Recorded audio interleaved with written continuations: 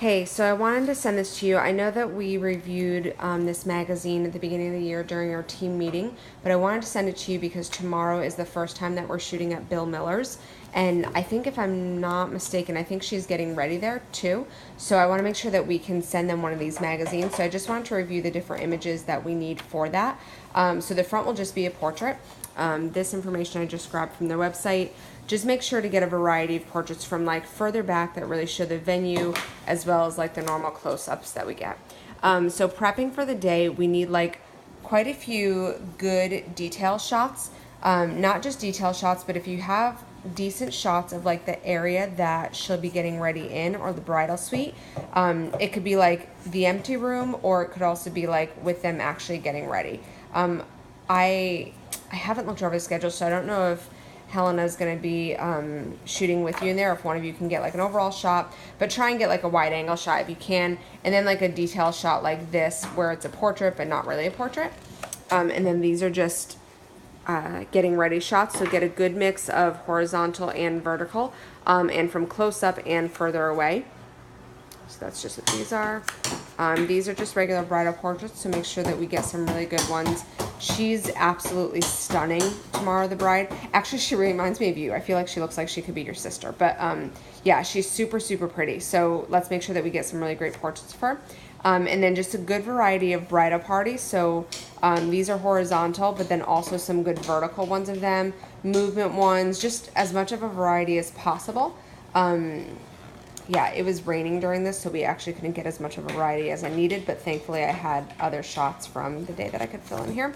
Then the ceremony location, I think it's supposed to rain tomorrow, so I'm not sure if they're doing the ceremony inside or outside, or if it's just always inside there, but try and get some overall shots of the ceremony site set up without anybody there, and then just some like detail shots of the atmosphere around the ceremony site, especially if there's not like a good setup due to rain.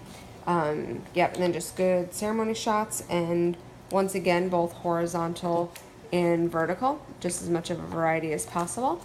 Cocktail hour, try and get an overall cocktail hour shot of where it takes place, preferably with people not in there, but if you want to get people mingling, that's fine. And then just get some good detail shots of like food, or like here I've got grandma during cocktail hour.